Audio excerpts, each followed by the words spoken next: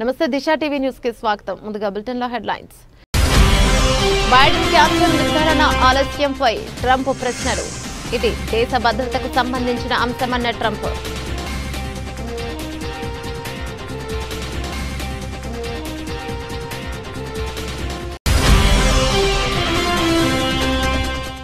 పెరుగుతున్న కరోనా కేసులతో భారత్లో ఆందోళన. నిన్నటికి దేశవ్యాప్తంగా 257 యాక్టివ్ కేసులు.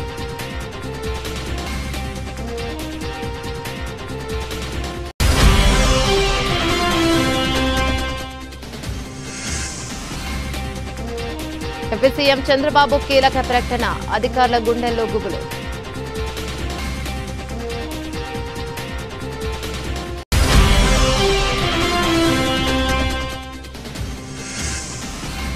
నిరుపేదలకు ఇంటి జాగా ఇవ్వలేం. మరో హామీపై చేతులెత్తేసిన ముఖ్యమంత్రి రేవంత్ రెడ్డి.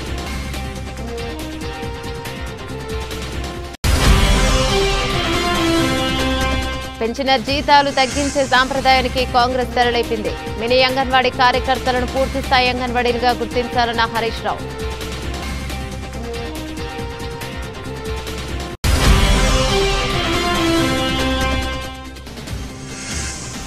కాళేశ్వరం దర్యాప్తులో మలుపు.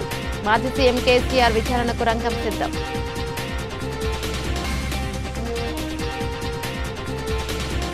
డీటెయిల్స్ చూస్తే అమెరికా మాజీ అధ్యక్షుడు జో బైడెన్ కు ప్రోస్టేట్ క్యాన్సర్ సోకినట్లు వెల్లడైన విషయం తెలిసిందే. అయితే ఈ రోగ నిర్ధారణ విషయాన్ని ఆలస్యంగా బయటపెట్టడంపై అధ్యక్షుడు డొనాల్డ్ ట్రంప్ పలు కీలక ప్రశ్నలు లేవనెత్తారు. బైడెన్ ఆరోగ్యం గురించి ప్రజలకు వాస్తవాలు తెలియాల్సిన అవసరం ఉందని ఆయన అభిప్రాయపడ్డారు. జో బైడెన్ కు ప్రోస్టేట్ క్యాన్సర్ ఉన్నట్లు ఆయన కార్యాలయం ఆదివారం అధికారికంగా ప్రకటించింది. గ్లీసన్ స్కోరింగ్ విధానంలో ఆయన క్యాన్సర్ తీవ్రతను అంచనా వేయగా స్కోర్ 9గా నిర్ధారణ అయినట్లు తెలిపారు. ఈ స్కోర్ క్యాన్సర్ వేగంగా వ్యాపించే అవకాశాన్ని సూచిస్తుంది. పరిణామాలపై డొనాల్డ్ ట్రంప్ మాట్లాడుతూ ఆశ్చర్యం వ్యక్తం చేశారు. బైడెన్ కు క్యాన్సర్ సోకిందన్న విషయం ఎన్ని రోజుల తర్వాత తెలియడం నాకు చాలా ఆశ్చర్యం కలిగిస్తోంది. గ్లీసన్ స్కోర్ 9కి చేరుకోవడానికి చాలా సమయం పడుతోంది. గతంలో ఇదే వైద్యుడు బైడెన్ మానసికంగా ఆరోగ్యంగా ఉన్నారని చెప్పాడు. ఇది కేవలం రాజకీయ అంశం కాదు, మన దేశ భద్రతకు సంబంధించిన విషయం. క్యాన్సర్ విషయాన్ని ఎప్పటి వరకు కూడా ఎందుకు బయటకు వెల్లడించలేదు? ప్రజలకు దీని గురించి పూర్తి వాస్తవాలు తెలియాలి. కొందరు నిజాలు చెప్పడం లేదు. ఇది మరో పెద్ద సమస్యగా మారుతోందని ట్రంప్ వ్యాఖ్యానించారు. మరోవైపు జో బైడెన్ భార్య జిల్ బైడెన్ పై డొనాల్డ్ ట్రంప్ కుమారుడు డొనాల్డ్ ట్రంప్ జూనియర్ తీవ్ర విమర్శలు చేశారు. జిల్ బైడెన్ ఒక నకిలీ వైద్యురాలు అంటూ ఆయన ఆరోపించారు. డాక్టర్ అయినప్పటికీ తన భర్తలో క్యాన్సర్ లక్షణాలను గుర్తించలేకపోవడంపై ఆయన ఎక్స్ ట్విట్టర్ వేదికగా తప్పుపట్టారు. ఈ వ్యాఖ్యలు ఇప్పుడు చర్చనీయాంశంగా మారాయి. దేశంలో కరోనా వైరస్ కేసులు మళ్లీ స్వల్పంగా పుంజుకోవడం ఆందోళన కలిగిస్తోంది. మే 19 నాటికి దేశవ్యాప్తంగా 257 యాక్టివ్ కోవిడ్ కేసులు నమోదైనట్లు అధికారికంగా గణాంకాలు తెలుపుతున్నాయి. ఈ పరిణామంతో అప్రమత్తమైన ఆరోగ్య శాఖ అధికారులు వ్యాధి వ్యాప్తి తీరుతెన్నులపై నిశితంగా దృష్టి సారించారు. ఇప్పటికే హాంకాంగ్, సింగపూర్ వంటి దేశాల్లో కోవిడ్ కేసులు పెరుగుతుండడం గమనార్హం. ప్రస్తుతం మన దేశంలో కేరళ, మహారాష్ట్ర, తమిళనాడు రాష్ట్రాల్లో కోవిడ్ కేసులు ఎక్కువగా వెలుగు చూస్తున్నాయి. అయితే హాంకాంగ్, సింగపూర్లలో కోవిడ్ విజృంభణకు LF7NB1 8 అనే కరోనా వేరియంట్లు కారణమని నిపుణులు తెచ్చారు. ఈ రెండు వేరియంట్లు కూడా JN1 అనే మరో కొత్త వేరియంట్ నుంచి ఉద్భవించినవే కావడం గమనార్హం. ఒమిక్రాన్ BA.2.86 వేరియంట్ ను JN1 వేరియంట్ పుట్టుకొచ్చింది. దీని తొలిసారిగా 2023 ఆగస్టు నెలలో గుర్తించారు. గతంలో వచ్చిన వేరియంట్లతో పోలిస్తే 1-2 అదనపు జన్యు ఉత్పరివర్తనాల మ్యుటేషన్ల కారణంగా ఈ వేరియంట్కు వేగంగా వ్యాపించే సామర్థ్యం ఎక్కువగా ఉందని నిపుణులు చెబుతున్నారు. దీనివల్ల ఇది శరీరంలోని రోగనిరోధక శక్తిని సులభంగా ఛేదించే ఇన్ఫెక్షన్ కలుగజేస్తుంది.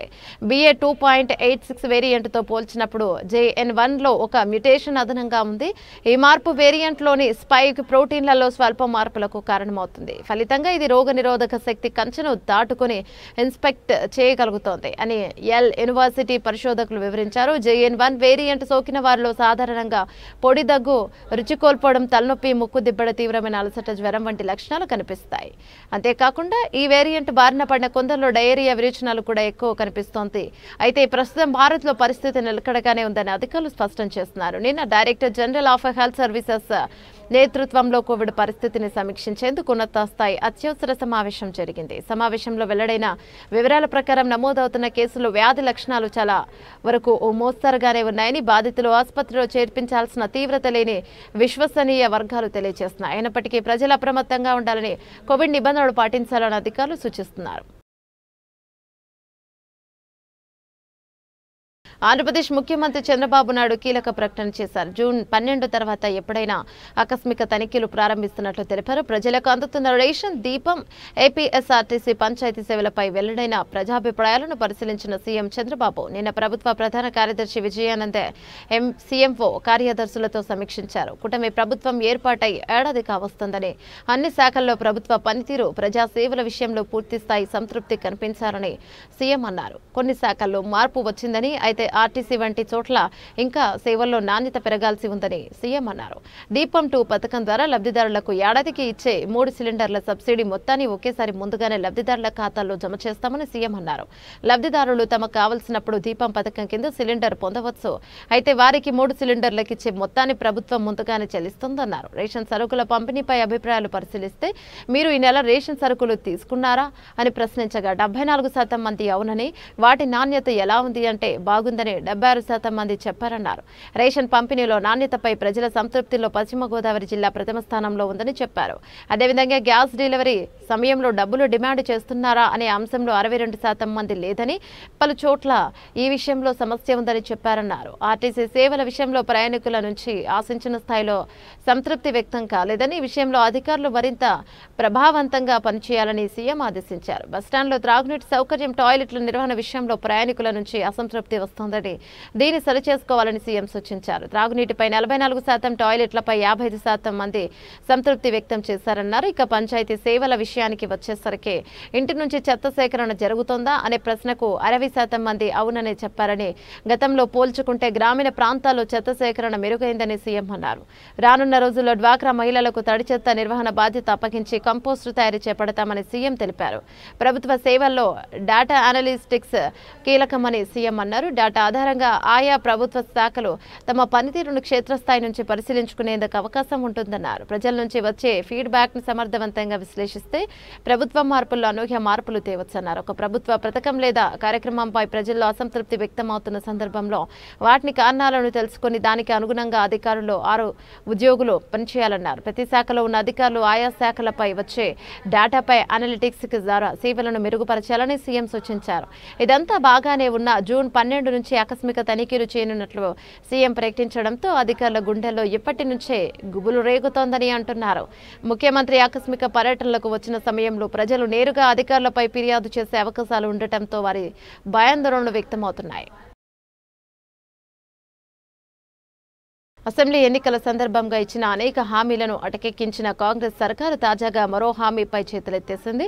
నిరుపేదల ఇంటి జాగాలు ఇవ్వలేమని, ప్రభుత్వం వద్ద భూమి లేదని ముఖ్యమంత్రి రేవంత్ రెడ్డి పేర్కొన్నారు. నాగర్ కర్నూలు జిల్లా అచ్చంపేట నియోజకవర్గంలోని అమ్రాబాద్ పర్యటనలో స్థానిక గిరిజనులకు ఇదే విషయాన్ని తేల్చి చెప్పారు. సీఎం తాజా ప్రకటనపై విమర్శలు వెల్లువెత్తుతున్నాయి. అసెంబ్లీ ఎన్నికల సందర్భంగా చేవెళ్ల డిక్లరేషన్ పేరిట ఎస్సీ ఎస్టీలకు కాంగ్రెస్ పార్టీ రేవంత్ రెడ్డి అనేక హామీలు ఇచ్చారు. ఎస్సీ ఎస్టీలకు ప్రత్యేకంగా ఇందిరమ్మ పక్కా ఇండ్ల పథకాన్ని అమలు చేస్తామని, ఇల్లు లేని ప్రతి ఎస్సీ ఎస్టీ కుటుంబానికి ఇంటి స్థలంలో పాటు ఇంటి నిర్మాణానికి 6 లక్షలు అందజేస్తామని మేనిఫెస్టోలోను ప్రకటించారు. అధికారంలోకి వచ్చిన తర్వాత అనేక హామీల అమలును అటకెక్కించిన సీఎం రేవంత్ రెడ్డి తాజాగా ఇండ్ల జాగాలపై కూడా చేతులెత్తేశారు. సోమవారం అమరాబాద్ లో ఇందిరా సౌరగిరి జల వికాసం పథకాన్ని సీఎం ప్రారంభించారు. ఈ సందర్భంగా స్థానిక చెంచు మహిళలు గిరిజనులతో సీఎం ముచ్చటించారు. ఈ సందర్భంగా పలువురు చెంచు మహిళలు మాట్లాడుతూ ఇండ్ల స్థలాలను కొనుక్కోలేని దుస్థితిలో ఉన్నామని, ప్రభుత్వమే జాగాలు ఇప్పించి ఇండ్లు కట్టించి ఇవ్వాలని ముఖ్యమంత్రి రేవంత్ రెడ్డిని వేడుకున్నారు. దీనిపై సీఎం రేవంత్ రెడ్డి స్పందిస్తూ ఇండ్ల జాగాలు ఇచ్చేందుకు ప్రభుత్వం వద్ద భూమి లేదని తేల్చి చెప్పారు. ఇండ్ల జాగాలు మీరే చూసుకోవాలంటూ ఉచిత సలహానిచ్చారు. ముఖ్యమంత్రి సమాధానంతో చెంచు మహిళలు అవాక్కయ్యారు. అటు తర్వాత చెంచుల వరకు ప్రత్యేకంగా ఏదైనా పథకం ఏర్పాటు చేసి ఇండ్ల జాగాలు ఇచ్చే విషయం ఆలోచించాలని మంత్రి సీతక్కకు సూచించారు. ఇండ్ల జాగాలు కావాలంటే సీతక్కనే అడగాలని చెంచు మహిళలకు చెప్పారు. సీఎం తాజా వ్యాఖ్యలతో ఇండ్ల జాగాల పంపిణీ ముచ్చట కూడా ఉత్తదేనని తేలిపోయింది. కార్యక్రమంలో డిప్యూటీ సీఎం బట్టి విక్రమార్క, మంత్రులు ఉత్తమ్ కుమార్ రెడ్డి, పొంగులేటి శ్రీనివాసరెడ్డి, సీతక్క, జిల్లా ఇన్ఛార్జి మంత్రి దామోదర్ రాజనరసింహ పాల్గొన్నారు. మినీ అంగన్వాడీ కార్యకర్తలను పూర్తిస్థాయి అంగన్వాడీలుగా గుర్తించి వారికి పెంచిన వేతనాలను తక్షణం చెల్లించాలని బీఆర్ఎస్ ఎమ్మెల్యే మాజీ మంత్రి హరీష్ రావు డిమాండ్ చేశారు. ఈ విషయంలో కాంగ్రెస్ ప్రభుత్వం తీవ్ర నిర్లక్ష్యం వహిస్తోందని, బీఆర్ఎస్ హయాంలో ఇచ్చిన జీవోను కాపీ కొట్టి ప్రచారం చేసుకోవడం మినహా వారికి చేసిందేమీ లేదని ఆయన తీవ్ర స్థాయిలో విమర్శించారు. ఈ మేరకు ముఖ్యమంత్రి రేవంత్ రెడ్డికి హరీష్ రావు బహిరంగ లేఖ రాశారు. గత బీఆర్ఎస్ ప్రభుత్వం 3989 మంది మినీ అంగన్వాడీ కార్యకర్తల సేవలను గుర్తించి వారిని అంగన్వాడీలుగా అప్గ్రేడ్ చేస్తూ 2023 సెప్టెంబర్లో జీవో ఇచ్చిందని, అయితే ఎన్నికల కోడ్ కారణంగా అది అమలు కాలేదని హరీష్ రావు గుర్తు చేశారు. కాంగ్రెస్ అధికారంలోకి వచ్చాక మంత్రి సీతక్క ఇదే అంశంపై తొలి సంతకం చేశారని, డిసెంబర్ 17న జీవో కూడా ఇచ్చారని, కానీ అది పాత జీవోకు నకలేదని ఆరోపించారు. ఇక ప్రభుత్వం జనవరి 2024 నుంచి 3 నెలల పాటు 13,650 చొప్పున పెరిగిన వేతనం అందించి ఆ తర్వాత మళ్లీ వారి జీతాన్ని ఇక 7,800కి తగ్గించి పాత పద్ధతిలోనే చెల్లిస్తున్నారని హరీష్ రావు ఆవేదన వ్యక్తం చేశారు. ఇది అత్యంత దారుణమని, పెంచిన జీతాలు తగ్గించే సాంప్రదాయానికి కాంగ్రెస్ ప్రభుత్వం తెరలేపిందని ఎద్దేవా చేశారు. మే నెలకు సంబంధించి కేవలం 8 జిల్లాల్లోనే పెరిగిన వేతనాలు చెల్లించి మిగతా జిల్లాల వారిని విస్మరించడం అన్యాయమన్నారు. జనవరి 2024 నుంచి పెండింగ్ లో ఉన్న పూర్తి జీతాలను మినీ అంగన్వాడీలందరికీ వెంటనే చెల్లించాలని, అంగన్వాడీ కేంద్రాలుగా మారిన చోట హెల్పర్లను నియమించాలని, మే నెల జీతాలు అందని జిల్లాలు కూడా తక్షణమే పంపిణీ చేయాలని హరీష్ రావు తన లేఖలో ప్రభుత్వాన్ని డిమాండ్ చేశారు. గ్రామీణ ప్రాంతాల్లో సేవలందిస్తున్న మహిళల కడుపు కొట్టడం సరికాదని హితవు పలికారు. కాళేశ్వరం బ్యారేజీల నిర్మాణ వ్యవహారంలో కీలక పరిణామం చోటు చేసుకుంది. ప్రాజెక్టులో కీలక పాత్ర పోషించారని భావిస్తున్న మాజీ ముఖ్యమంత్రి కేసీఆర్ను విచారించిన క్రాస్ ఎగ్జామినేషన్ చేసిన తర్వాతే ప్రభుత్వానికి తుది నివేదిక సమర్పించాలని జస్టిస్ పినాకి చంద్ర ఘోష్ కమిషన్ యోచిస్తున్నట్లు విశ్వసనీయ వర్గాల ద్వారా తెలుస్తోంది. ఈ పరిణామ నేపథ్యంలో కమిషన్ గడువును ప్రభుత్వం మరో 2 నెలల పాటు పొడిగించింది. వాస్తవానికి షెడ్యూల్ ప్రకారం జస్టిస్ ఘోష్ కమిషన్ గడువు ఈ నెలాఖరుతో ముగియాల్సి ఉంది. మాజీ సీఎం కేసీఆర్తో పాటు గత ప్రభుత్వంలో మంత్రులుగా చేసిన హరీష్ రావు, ఈటెల రాజేంద్రలను విచారించకుండానే కమిషన్ కు అందిన పత్రాల ఆధారంగా వారి పాత్రను అంచనా వేసి వారం రోజుల్లో నివేదిక ఇవ్వాలని కమిషన్ మొదట భావించినట్లు సమాచారం. ఈ నెల 22వ తేదీ తర్వాత ఎప్పుడైనా నివేదిక సమర్పించవచ్చని కమిషన్ గతంలో సంకేతాలు కూడా ఇచ్చింది. అయితే ఒక వ్యక్తికి పైగా అభియోగాలు నమోదు చేసేటప్పుడు ఈ ఆరోపణలపై సదరు వ్యక్తి వివరణ ఇచ్చుకోవడానికి అవకాశం కల్పించాలనేది సహజ న్యాయ సూత్రం. ఈ సూత్రాన్ని అనుసరించి మాజీ ముఖ్యమంత్రి కేసీఆర్ను విచారణకు ఆహ్వానించి ఆయన అభిప్రాయాలు, వివరణలు తీసుకున్న తర్వాతే ముందుకు సాగాలని కమిషన్ నిర్ణయించుకున్నట్లు తెలుస్తోంది. ఈ క్రమంలోనే కమిషన్ విచారణ గడువును జూలై 31వ తేదీ వరకు పొడిగిస్తూ సోమవారం ప్రభుత్వ నిర్ణయం తీసుకుంది. ఈ మేరకు నీటిపారుదల శాఖ ముఖ్య కార్యదర్శి రాహుల్ బోజా జీవో జారీ చేశారు. త్వరలోనే కేసీఆర్ కు కమిషన్ సమన్లు పంపించే అవకాశాలున్నాయని, సమన్లు అందిన వారం రోజుల్లోగా విచారణకు హాజరు కావాలని కమిషన్ కోరవచ్చని సమాచారం. గతంలో ఛత్తీస్గఢ్ విద్యుత్ కొనుగోలు, Yadadri Bhadradri thermal power plant నిర్మాణాలపై విచారణ జరిపిన జస్టిస్ ఎల్ నరసింహారెడ్డి కమిషన్ కూడా కేసీఆర్ కు సమన్లు పంపింది. మీ మీద ఫలానా వ్యక్తులు ఆరోపణలు చేశారు, వారిని క్రాస్ ఎగ్జామినేషన్ చేయడానికి మీరు అవకాశం ఇస్తున్నామంటూ ఈ సమన్లలో పేర్కొన్నారు. అయితే విచారణ పూర్తి కాకుండానే తనను దోషిగా ప్రకటించేలా జస్టిస్ నరసింహారెడ్డి ప్రకటనలు చేస్తున్నారు.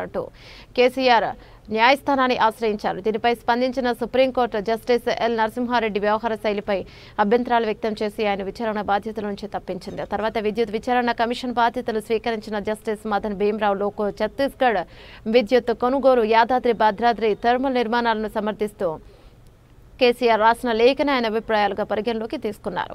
ఈ పూర్వపు అనుభవాల నేపథ్యంలో జస్టిస్ ఘోష్ కమిషన్ మరింత జాగ్రత్తగా, పకడ్బందీగా వ్యవహరిస్తూ కేసీఆర్ కు తన వాదన వినిపించుకునే పూర్తి అవకాశం కల్పించాలని భావిస్తున్నట్లు స్పష్టమవుతోంది. సూర్యాపేట జిల్లా కోదాడ బస్టాండ్ 16.85 కోట్లతో ఆధునీకరణకు పనుల ప్రగతిపై సమీక్ష నిర్వహించిన ఉత్తమ్ పద్మావతి రెడ్లకుంట లిఫ్ట్ నిర్మాణ పనులను పరిశీలన చేస్తున్నారు.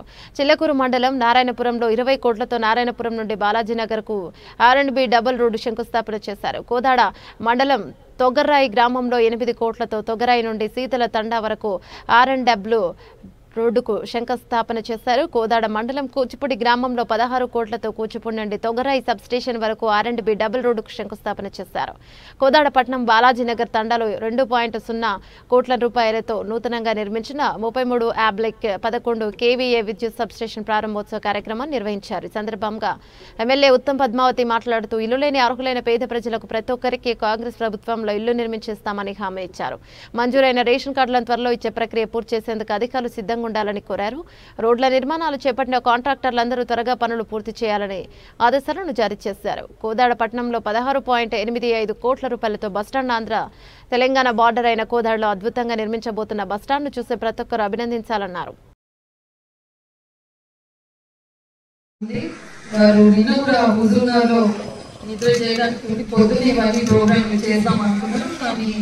మన ముఖ్యమంత్రి గారు వాటిని చాలా లేట్ అయ్యాక ఫోన్ చేసి వారి సొంత కాన్స్టిట్యున్సీలోని వారు నిర్వహించే ప్రోగ్రామ్ కి సార్ ఉండాలి తప్పగా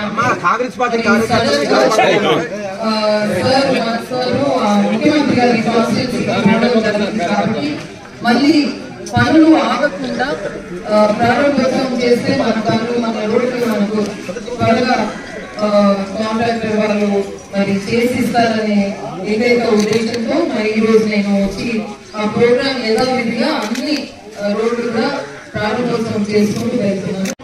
మన నియోజకవర్గంలో మరి ఒక్క రోడ్డు ఇప్పుడే కూచిపూడి నొగర్రాయి రోడ్డు కూడా 12 కోట్లు తెచ్చి అక్కడ వేస్తున్నాం. ఇక్కడ 8 కోట్లు. మరి మీరందరూ కూడా వెయిట్ చేసి మరి సన్న బియ్యం కూడా మన ప్రియతమ నాయకుడు మీ అందరికి ఇస్తున్నారు. మీరందరు తీసుకుంటున్నారని నేను అనుకుంటున్నాను. అందరు హ్యాపీగా ఉన్నారా? అందరు ఫోన్ చేసుకుంటున్నారా? ఈ రోజు యాక్చువల్లీ ఉత్తమ్ కుమార్ రెడ్డి గారు వస్తా అనుకున్నారు. రాత్రి హుజూర్నగర్లో ఉంటే మరి మన ముఖ్యమంత్రి గారు వారి నియోజకవర్గంలో ఏదో పెద్ద ప్రోగ్రామ్ ఉన్నది అని ఉత్తమ్ గారిని పిలిస్తే వారు పోవాల్సి వచ్చింది సడన్ గా. కాబట్టి వారి జాగాలో నేను వచ్చి మీ ఎమ్మెల్యేగా నేను ఇవన్నీ ప్రారంభం చేస్తున్నా. మళ్ళీ పోస్ట్పోన్ అయితే రోడ్లు మనకు జల్దీ అందవనే ఉద్దేశంతో ప్రారంభోత్సవం చేసుకుంటూ ముందుకు వెళ్తున్నాం. మరి మొన్న ఇండ్ల విషయం వచ్చింది. నేను అందరినీ లేని వారిని అందరినీ కూడా పేర్లు తీసుకుంటున్నాం. ఎవరు భయపడొద్దు. ఇండ్లు పేర్లు వచ్చినాయి రాలేదు అని కాదు. ఇది ఓన్లీ వెరిఫికేషన్. అంటే మీకు ఎవరికైతే ఇండ్లు ఉందా లేదా, సొంత జాగా ఉందా లేదా, ఇది కనుక్కోనికే పేర్లందరూ మన ప్రభుత్వ అధికారులు అందరూ తిరుగుతున్నారు.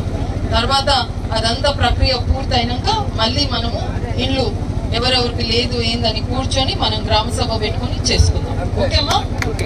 జై హింద్. దేశం కోసం త్యాగాలు చేస్తున్న సైనికులకు వందనం. వారికి బాసటగా నిలుద్దాం. ప్రధాని మోదీకి అండగా నిలుద్దామని ఎంపీ రఘునందన్ రావు అన్నారు. పాకిస్తాన్లోని ఉగ్ర స్థావరాల ధ్వంసమే లక్ష్యంగా భారత త్రివిధ దళాలు చేపట్టిన ఆపరేషన్ సింధూర్ విజయవంతాన్ని పురస్కరించుకుని సైనికులకు సంఘీభావంగా సిద్దిపేట జిల్లా కేంద్రంలోని తిరంగా యాత్రను నిర్వహించారు.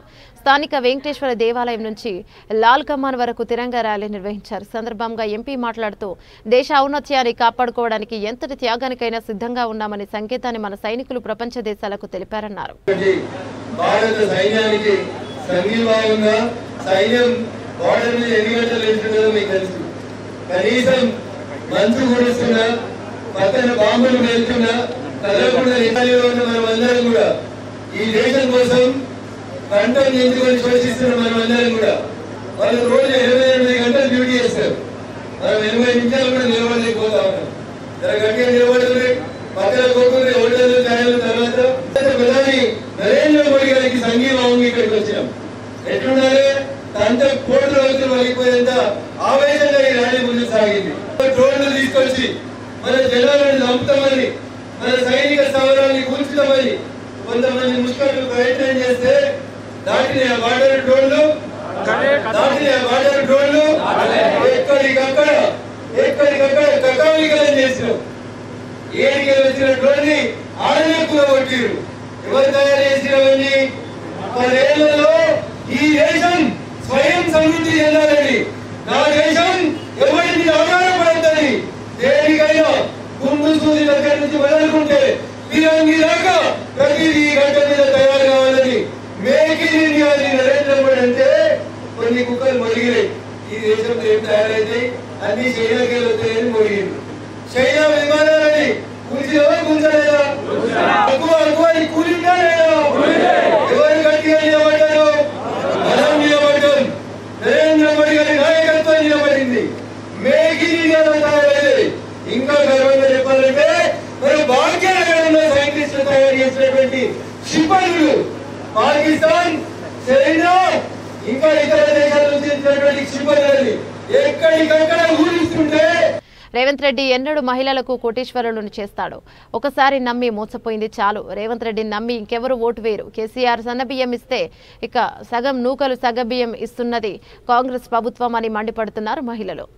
కొత్త పెన్షన్ అని పెట్టినాం, ఆ కొత్త పెన్షన్ ఇస్తలేడు. వీడికి 2 సార్లు పెట్టినాం, 2 సార్లు ఇస్తలేడు. అవి మహిళలు కోటేశ్వరాలు చేస్తాడు, వాడేనని చేస్తాడు బిడ్డ. ఇంకా ఉన్నది లేదు గుంజుకొని తింటాడు. అంతే. నన్ను అందరూ దొంగ దొంగ అంటారు. దొంగే మరి, ఎందుకట్లా? దొంగ కాకపోతే బస్ ఎక్కితే పైసలు పోతే ఫ్రీగా కూర్చున్నాం. ఇప్పుడు వేసి సర్తారు బలం ఉన్నోళ్ళు, బలం నెలలో కింద పడతాను. ఏం చేస్తాం మరి? నెలకు 6,000 7,000 మిగులుతాడుగా మీకు. ఎందుకు అని మిగులు పాడబడా దెబ్బలు పడి మళ్ళా దవాఖాన పోతే మళ్ళీ 5,000 కానీ బట్టి ఏమిటికి 6,000 మిగులు. మరి పడుతూ కొడుతుర్రు, సాధనైన వాళ్ళు కొడుతుర్రు, నూకేస్తారు, నూకేసే వరకు దిప్పుకు అంటే ఏం చేస్తాం? రేవంత్ రెడ్డి వచ్చినాక గ్యాస్ 500 వస్తుందా? మాకైతే ఎత్తలేదు ఈ వరకు. తులం బంగారం ఆయన బంగారం మీద మన్నుపోయా ఇంకా తులం ఇస్తాడా? ఇంకా అప్పుడన్నా 116 ఏమో వచ్చినాయి. అయితే ఇప్పుడు ఇంకో మాట అంటాడు, నేను మహిళల్ని కోటీశ్వరాలు చేస్తా, వాళ్ళు నాకు అంటాడు. ఓట్లు వేస్తారా మీ మహిళలు అట? వానికి వేసే బదులు పురాగం మొత్తం ఊకోవాలి, వానికి ఓటేద్దు, వానికి గెలిపియాలి. మరి ఆయన ధీమా చెప్తాడు, మహిళలు ఓటేస్తే సార్ మళ్ళా గెలుతా నేను అంటాడు. గెలవనితి ఎవడెత్తడో ఎవతెత్తదో ఎవ్వలేయరానికి. అంతేనా? ఎవ్వలేయరు. గ్యాస్ ఎంత కట్టుకుంటాను? 960. మరి ఫ్రీ కరెంట్ వస్తుందా? ఏం లేదు. మరి ఏం చేసినమ్మా రేవంత్ రెడ్డి? ఏం చేయలేమని చేసుడు పాడుగానే ఉన్నది ఓడగొడతాడు. పింఛన్ లేస్తాడు, ఏడుతురు పింఛన్ ఉన్నోళ్ళు. లేనోళ్ళు లేకెడతానో ఉన్నోళ్ళు ఏత్తలేరు.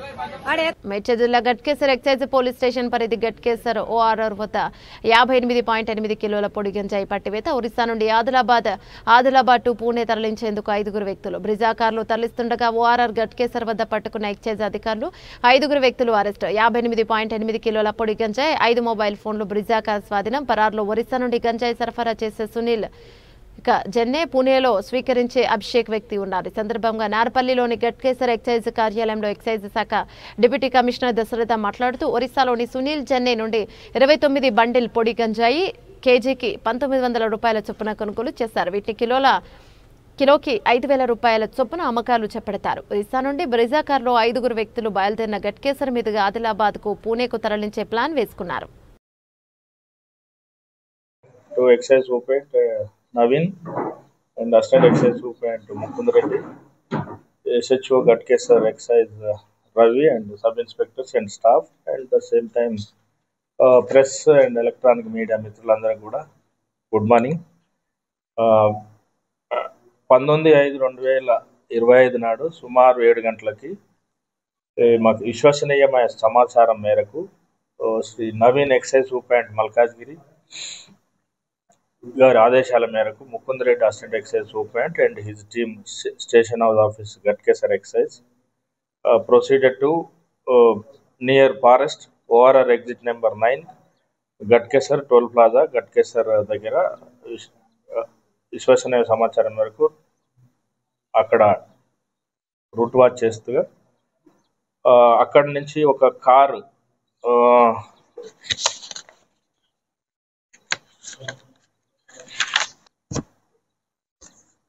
వెహికల్ నెంబర్ KA 39M 2162 గల బ్రిజా కార్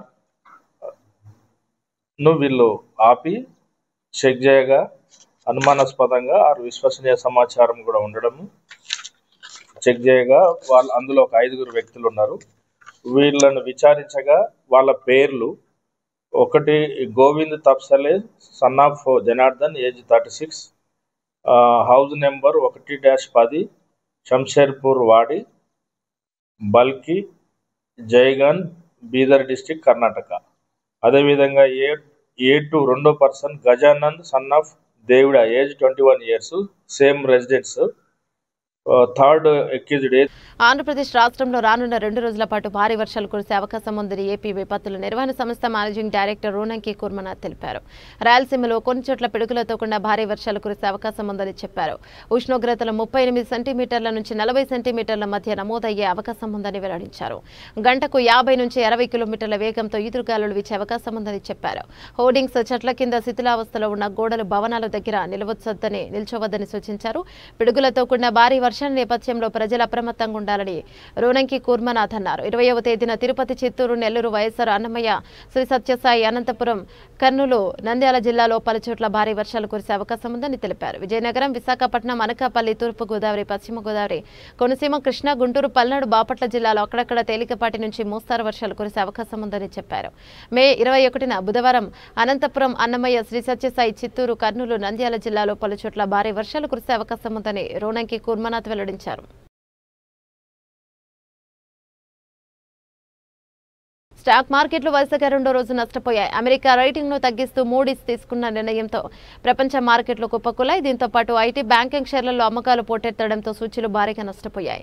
ఒక దశలో 82,000 పాయింట్ల దిగువకు పడిపోయిన 30 షేర్ల ఇండెక్స్ సూచీ సెన్సెక్స్ చివరకు మార్కెట్ ముగిసే సమయానికి 271.17 పాయింట్లు నష్టపోయి 82,559.42 వద్ద ముగిసింది. మరో సూచీ నిఫ్టీ 74.35 పాయింట్లు కోల్పోయి 24,945.45 వద్ద స్థిరపడింది. తీవ్ర ఒడిదుడుకుల మధ్య ప్రారంభమైన సూచీలు చివరి వరకు బేరిష్ ట్రెండ్ను కొనసాగించాయి.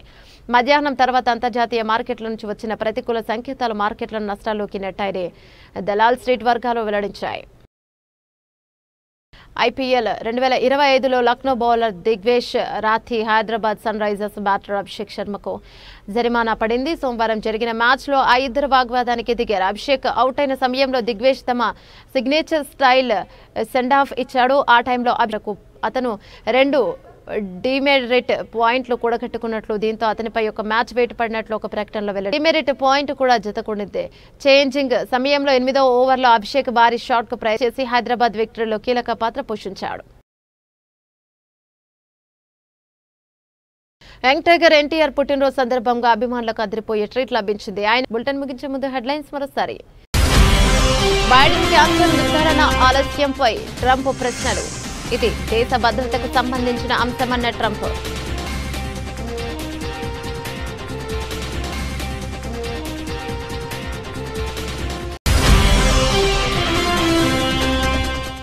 పెరుగుతున్న కరోనా కేసులతో భారత్లో ఆందోళన. నిన్నటికి దేశవ్యాప్తంగా 257 యాక్టివ్ కేసులు.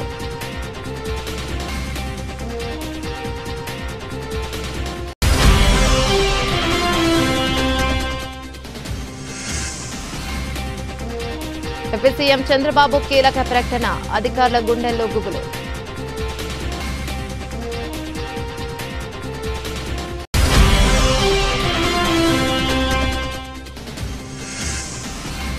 నిరుపేదలకు ఇంటి జాగా ఇవ్వలేం. మరో హామీపై చేతులెత్తేసిన ముఖ్యమంత్రి రేవంత్ రెడ్డి.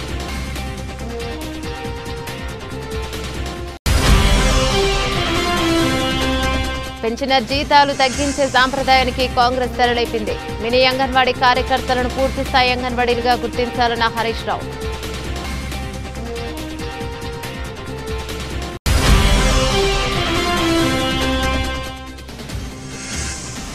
కాళేశ్వరం దర్యాప్తులో మలుపు. మాజీ సీఎం కేసీఆర్ విచారణకు రంగం సిద్ధం.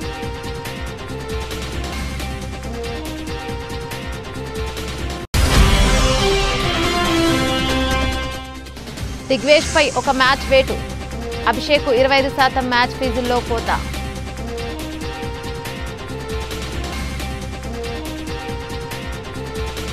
మరో బులెటిన్లో మళ్ళీ కలుద్దాం. అంతవరకు సెలవు. నమస్తే.